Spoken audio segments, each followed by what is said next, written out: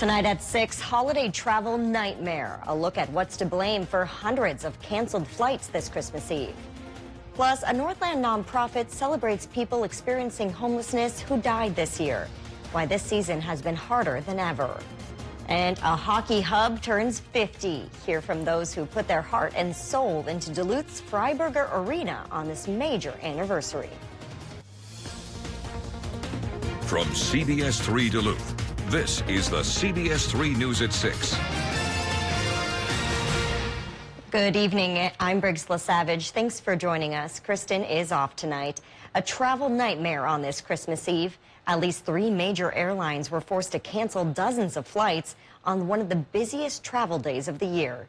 Delta and United both blamed the Omicron variant. They said their pilots were getting sick and they didn't have enough crew members to keep up with the busy holiday travel season.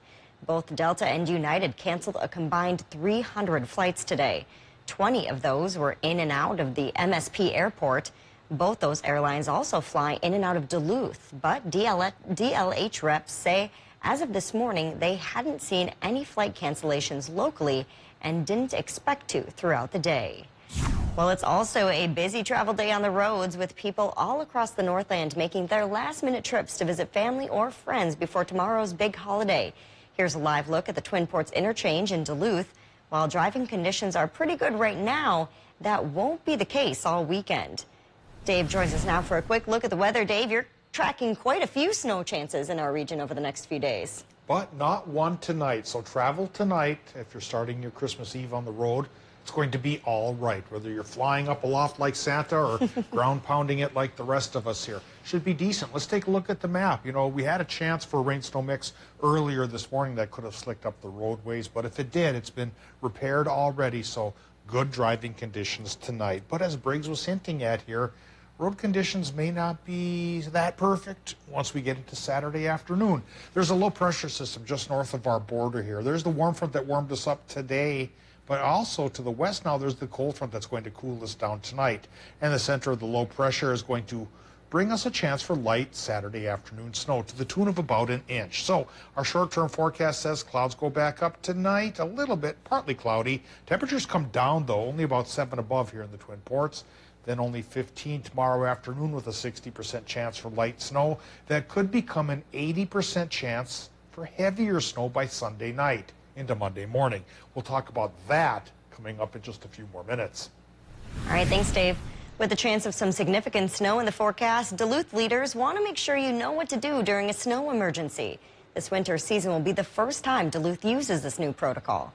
A new snow emergency will always be called by 4 in the afternoon. Then at that point, you have 5 hours to move your vehicle off of any snow emergency routes. There are designated parking lots where you can move your car. There's not a specific snow total amount that will trigger a snow emergency rather. Instead, city officials say they will declare one on a case-by-case basis. New at 6, we're learning it was 2 children who died in a house fire near Bemidji. The fire broke out around 6 yesterday morning in Liberty Township. This is a look at the aftermath. Beltrami County officials say they recovered the 2 young girls' bodies from the 2nd floor. A GoFundMe page says they were 2 sisters spending the night at their grandmother's house while their mother wrapped gifts and prepared for Christmas. The cause of the fire is still under investigation. Meanwhile, a woman was taken to the hospital after a condemned Duluth building caught fire overnight. Firefighters responded to the Esmond building, formerly known as the Seaway Hotel on West Superior Street, just after 11 last night. Crews quickly extinguished what turned out to be a small fire. A woman was inside at the time and made it out on her own, and then she was taken to the hospital. Fire officials say someone squatting inside that building started the fire, but it's been ruled accidental. The building is supposed to be torn down soon. A Duluth-based nonprofit paid tribute to those experiencing homelessness who died this year. Sadly, it was a higher number than ever before. CBS3's Rob Cole spoke to those who put on the vigil at City Hall today to find out what could be behind the increase. Northlanders gathered Friday holding signs of remembrance. Today we are remembering folks from our community that we've lost over the last year in 2021. Chum held its annual community vigil at noon on Christmas Eve day at City Hall. Organizers say for many of those who've died, this ceremony is the funeral they never received. Everybody deserves to be remembered, and we just want to honor everyone's life. Deb Holman, the street outreach coordinator for Chum, says the vigil is part of a statewide tradition that's happened for the past 37 years. She had a hand in bringing it to the Northland in 2006. When I moved to Duluth, I'm like, why don't we do it here too? So we started doing one on Christmas Eve. Community members gathered and held signs bearing the names of those who've passed this year. Chum officials read the names of 72 Northlanders who died who've experienced homelessness or have been connected to their organization. Chum says this is sadly their longest list of names for a single year yet. More signs than ever. And for those holding the signs, they come from all walks of life. I'm retired from St. Louis County Public Health and Human Service. And though they may not know the person whose name is on the sign, they're here to support regardless. It was very important for me to be able to take some time to share my presence in honoring those who have been less fortunate than myself. Of those 72 lives they honored today, 4 were lost due to COVID-19.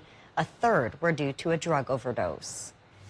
Still to come on Live Local, CBS3, Northland space enthusiasts weigh in on a new piece of technology that could revolutionize research. Details after the break. A warm front revolutionized our temperatures today, sending Duluth's airport number to 43, just shy of the record of 47, which was set back in 1881.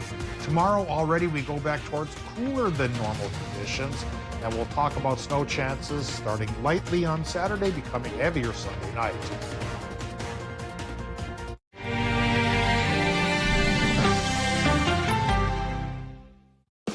As a family-owned home improvement store, Menards knows Christmas is all about tradition. No matter how your traditions may look, the spirit of the season stays the same. We thank you for making Menards a part of your year. Whether you strolled through the enchanted forest, picked up everyday items, or finished your biggest projects. From our family to yours, have a Merry Christmas and a safe and happy New Year. Heart attacks and strokes happen, even in the midst of COVID-19, and at least one will occur while you're watching this. Heart attacks and strokes are medical emergencies. If you experience symptoms of a heart attack or stroke, do not delay seeking care. Call 911 immediately. Hospitals are prepared and can safely treat you. Visit cdc.gov/coronavirus to learn more. We're all just trying to keep things running for those who rely on us. That's why we don't have time to be sick with the flu. We don't have time for delays. Ready! We don't have time for spills. Next. We don't have time for setbacks. Let's be real. Getting the flu shot helps you fight the flu. Get a flu shot for yourself and those around you too. Doesn't really matter who you are, where you live. You have a 20 family. People reach a crisis moment and they don't see any other way out. Suicide is the 4th leading cause of death for people ages 25 to 34. People struggle with it every day. Hi, I'm Representative Tom Tiffany. If you or your loved one struggles with their mental health and/or thoughts of suicide, no, you are not alone. Reach out for help and talk to someone. This message brought to you by the National Association of Broadcasters and this station. Here's a reality check. COVID-19 is still here. Rising cases are straining healthcare resources in our community. We're all tired. We are all exhausted. Know that we are still committed to caring for you. But we need your help. We're asking you, please, get vaccinated. Get your booster. Mask up in public. Social distance. For you. Your family. Our community. For all of us. Thank you. This is surgical residency. I see a lot of weaknesses. My father and I disagree about a lot of things. Here's what I see. Inspiring men, brilliant doctors. Let's get to work. Dad, I understand that you want to go back to a time where you were in charge and dinosaurs roamed the earth. But things change. Guys, whose phone is it? Not professional. Oh, it's me. Sophia Bush is Good Sam. Premieres Wednesday, January 5th on CBS.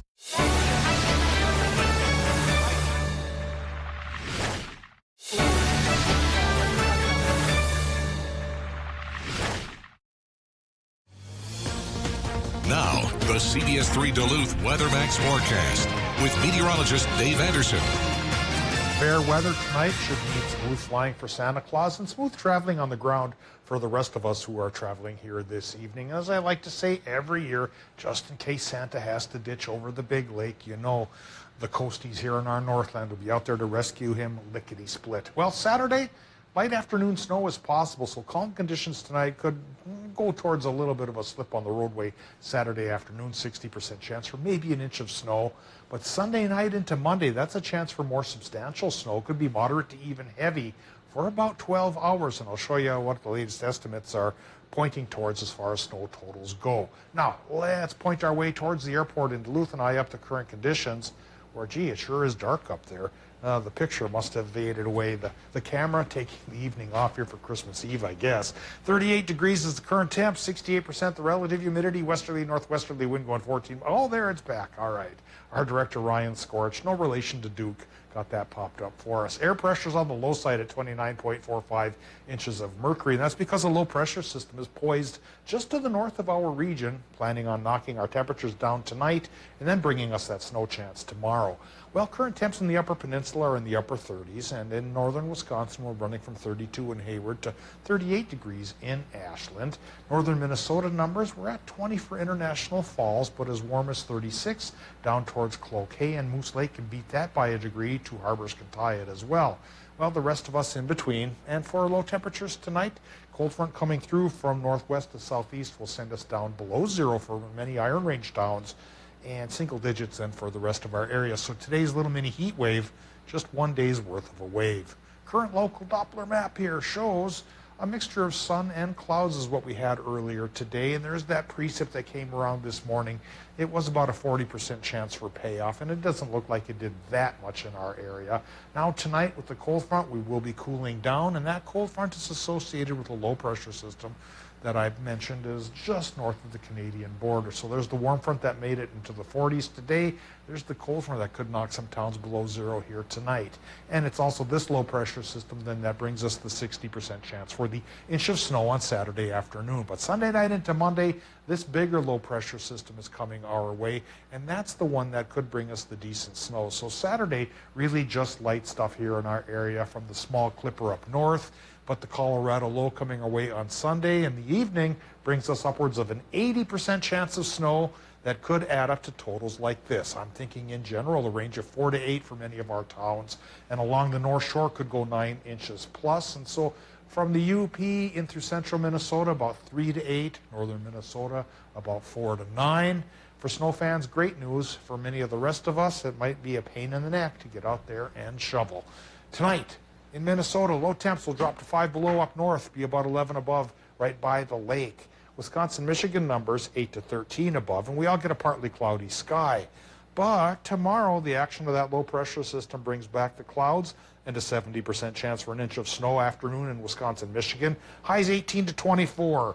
Minnesota highs as cool as 10 inland, but as warm as 19 by the lake with a 60% chance for an inch of snow. Then Sunday night into Monday about noon, 60 to 80% chance for those 4 to 8 inches of snow, followed up by another chance of snow on Tuesday that could spill into Wednesday, and then to end the old year next week, it gets cold. High temp only 5 above by Thursday.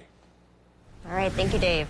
NASA will launch the revolutionary Webb Space Telescope tomorrow. Scientists hope it will better explain galaxies beyond our reach and even help discover new planets. CBS 3's Bo Fogel shares how local scientists hope the world will benefit from this new technology.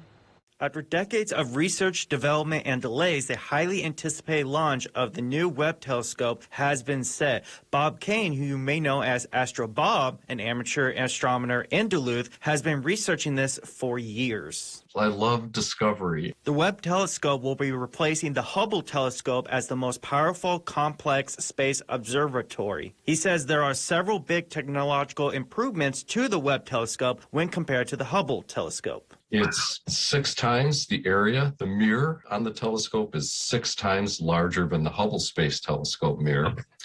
And it's also optimized not for visual light that we use, but it's optimized instead for infrared light. Kane says having a bigger mirror can capture bigger photos, adding that the infrared light can help scientists identify and see far away stars and galaxies. With these improvements, new discoveries are possible, which could create new branches of science for the younger generation. UMD professor Alec Habig says the images produced from the telescope will be very helpful in his classes. So the pictures are going to be that much cooler and better and be able to illustrate what we're trying to teach on something. We'll be able to say, hey, look, that blob over there, that thing over there is a baby planet being born in the star in our own galaxy. Scientists are hoping to have the first images from the telescope 6 months after it launches.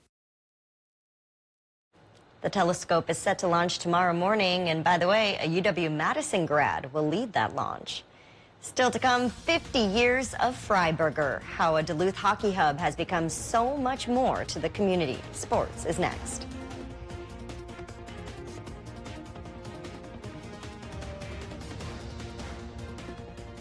If you love them enough to crawl into a play place to get them to come down, then surely you'll check nhtsa.gov/the right seat to make sure they're in the right car seat. Stay connected to live local CBS3. Check out our exclusive content on Facebook, Twitter, and Instagram, as well as our mobile app, and join the conversation on today's big stories. I remember my son was going to grow up without a father. I didn't think someone at 23 could be diagnosed with breast cancer.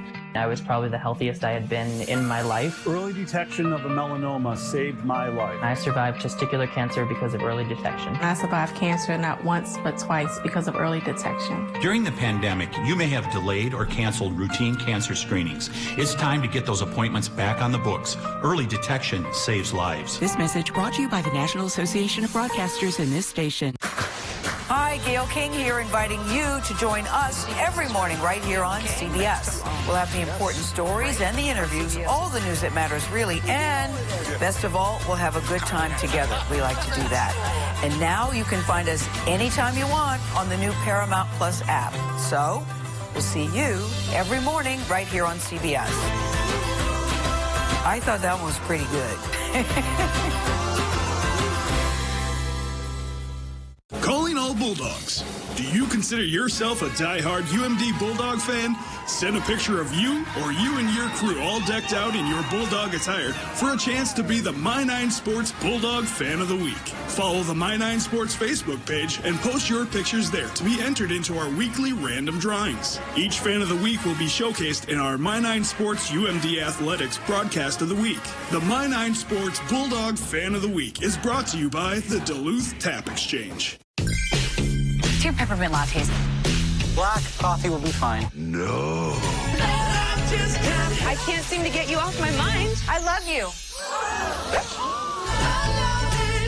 I'm so happy to be in this family.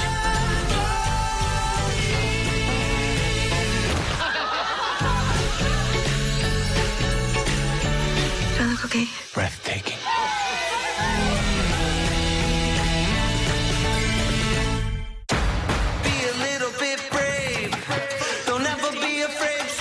Couple questions.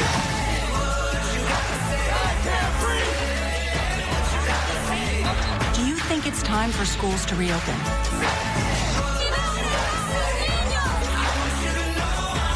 There is some positive breaking news.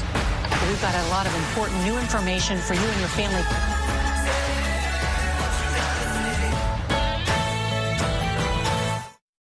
School visits are an important part of kind of being part of the community outside of the TV station here. When I was in 6th grade, that's when I learned meteorology was it for me. Being on the other side of that now, for me being able to kind of pursue that, it's important for me to then be able to get back into the community. If I can go into a classroom and get just one person who was interested, or just one person who, you know, leaves there knowing like, wow, I learned something new today. For me, I did my job, and that means a lot to me. Watch meteorologist Caitlin Moffett weekdays at 5 a.m.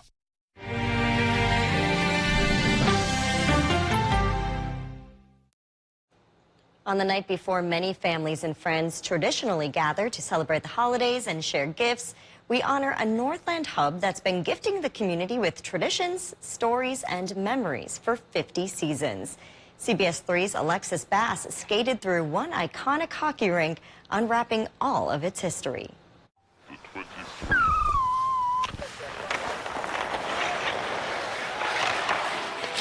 He went to Dartmouth College in New Hampshire, where he played hockey, and all they had was a pond there. And we've come a long way. Yeah, they've come a long, long way. One man with one big dream for one little city on a hill. And so what my dad said, oh, I've got some money, I got a lot of ambition, I got a lot of interest in the youth hockey, and so he came back to Duluth and started the youth hockey program. Robert M. Freiberger Sr., the catalyst behind building an indoor rink and bringing value to a community for the last 50 years. Many pin Duluth as America's outdoor hockey capital, but nestled in the Woodland neighborhood lies an indoor landmark. Really, it's kind of the place we learned to skate as kids. Friday and Saturday nights, it's public skating up there every night in the fall, and that was kind of what we did in junior high and grade school, was meet at Freiberger at night. In 1972, the city of Duluth dedicated the arena to Freiberger. 5 years after the rink received its name, Freiberger Arena, its namesake died in a car crash. While a life lost, a legacy lived on. You get a rink like Freiberger and you think about all the different people that played in there and a number of players that went on to play professional hockey from Duluth and some of the legends. There's people that come back to town and will come up here and come in and tell me about how they played here when they were a kid. Always when you bring up Freiberger, it'll bring it back with sort of fond memories. And I think that's unique. You look at the building, it's nondescript. It sits up by itself in a residential area. But it's got sort of, what's the word, charm. A rink as charming on the outside as it is on the inside. Rooted in tradition and known for its freezing temperatures. But again, it gives you that experience of real hockey. I mean, outdoor hockey without going outdoors. In fact, that's a joke we've always had. Freiberger Arena is never warmer than it is outside. I've heard this story, and it's been repeated many times, about it being so cold that somebody saw a puck break. And anybody who's been in Freiberger knows that it's kind of a wind tunnel right up there, and it's sitting on top of the hill. But we could actually feel the breeze as it was coming through the building onto the bench. You know, you talk about International Falls being the coldest coldest spot in Minnesota, right? They'll tell you that Freiberger Arena is the coldest spot in Duluth on any given day in the winter. It isn't always about, the glitz and the glam, and it toughens you up and be ready to grind it out, and it's going to be cold. It is what it is. It doesn't matter if it be warm outside. It's always going to be cold in here. I never imagined that we would have a rink like this. Spoken from Robert's son, Jerry Freiberger. Oh, here we say this is just what I'd hoped for, but I never dreamed that it could be. It was beyond our fondest dreams, and that's what's happened here. A vision brought to life fit for a Minnesota-made reputation. It's called Friesberger, and I can see why now. There's a reason. I've got long underwear on. I've got a puff jacket on. I got line pants on, and I'm still cold. A place like this has been the generational glue for several over the past 50 years. While they may call it Friesberger Arena, the warmth that is brought through those doors on this rink is truly what keeps this place heated and going. The parents have pitched in, all the people who coach, and all the people who have been driving their kids all over Kingdom Come to find ice rinks. But now you can come to Freiberger. We've got a nice ice facility. The ice is absolutely terrific. When asked what makes the ice better than the rest, Jerry says the people, the ones who have played, coached, and held an influential role in the state of hockey. Because all the people who work at it, and they see the wonderful opportunities, and so they want to be part of it, and so they flood the rinks. A rink like this takes a village to maintain.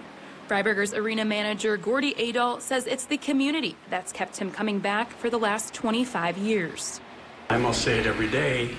If it gets to be tough for a long day, I'll just say keep telling yourself it's fun. That's what I tell my staff. We're lucky to To have this place, it's a community.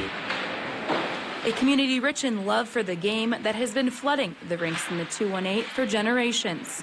There was a head coach, his son was playing, and then his grandpa was in the stands. Yeah. And that is the epitome of this arena. That's right. And just one generation after another. While Jerry hung up his skates years ago, hockey is still the bloodline of the Freiberger family and has been for the last 150 years.